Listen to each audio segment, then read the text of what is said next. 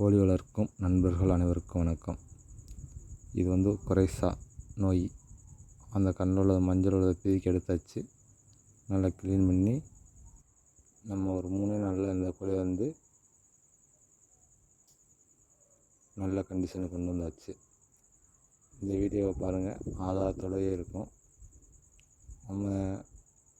நான் எந்த ஒரு மருந்தாக இருந்தாலும் நான் யூஸ் பண்ணிவிட்டு ரிசல்ட் எனக்கு நல்லா கொடுத்ததுக்கப்புறம் தான் நான் ஒரு வீடியோ பதிவை போடுறேன்.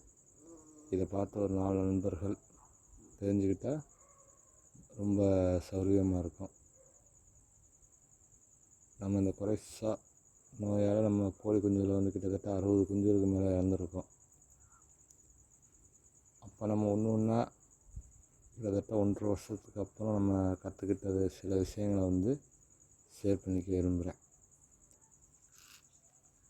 இந்த குறைசா நோயை வந்து 3 நாள் நம்ம சரி பண்ணது. இதுக்கு பெருசாக வந்து நம்ம எந்த மருந்தும் வாங்க வேண்டிய அவசியம் இல்லைன்னு நினைக்கிறேன். கண்டிப்பாக எல்லா வீட்டையும் வேப்பெண்ணெய், மஞ்சத்தூள், உப்பு இது எல்லாமே இருக்கும். 2வது, நீங்கள் கோழிகளுக்கு ஊற்றுற சளி மருந்து எப்போவுமே நீங்கள் வச்சுருப்பீங்க கையில். அப்போ மேக்ஸிமம் வந்து எந்த பொருளுமே வாங்க வேண்டிய அவசியம் வராது.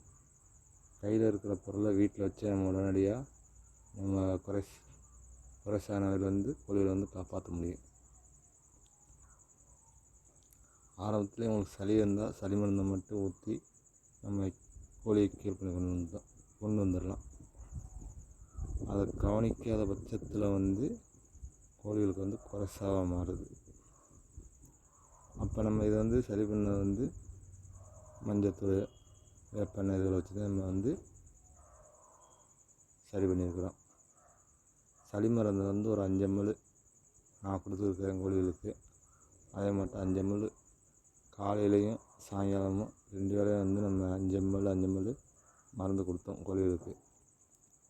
நல்லா உப்பு தண்ணியில் நல்லா மூஞ்சியும் எல்லாத்தையும் நல்லா க்ளீன் பண்ணிவிட்டு காலையில் ஒருக்கா சாயங்காலம் ஒருக்கா மஞ்சத்தூளையும் வேப்பனையும் கலந்த வந்து பேஸ்ட்டை வந்து கோழி கண், மூஞ்சி, மூக்கு இந்த எல்லா இடத்துலையும் அதிகமாக சுரசுரன்னு நம்ம தடவி விட்டுருந்தோம். 3 நாள் கழித்து நீங்கள் வீடியோ பாருங்கள், இந்த கோழி எப்படி இருக்குன்னு. ஓகே நண்பர்களே, வீடியோ பிடிச்சிருந்தா லைக் பண்ணுங்கள், சப்ஸ்கிரைப் பண்ணுங்கள், ஷேர் பண்ணுங்கள். கண்டிப்பாக அடுத்த ஒரு பதிவில் வந்து ஒரு நல்ல பதிவாக இருக்கும் நம்புகிறேன். கண்டிப்பாக ஒரு பதிவு போடுவோம்.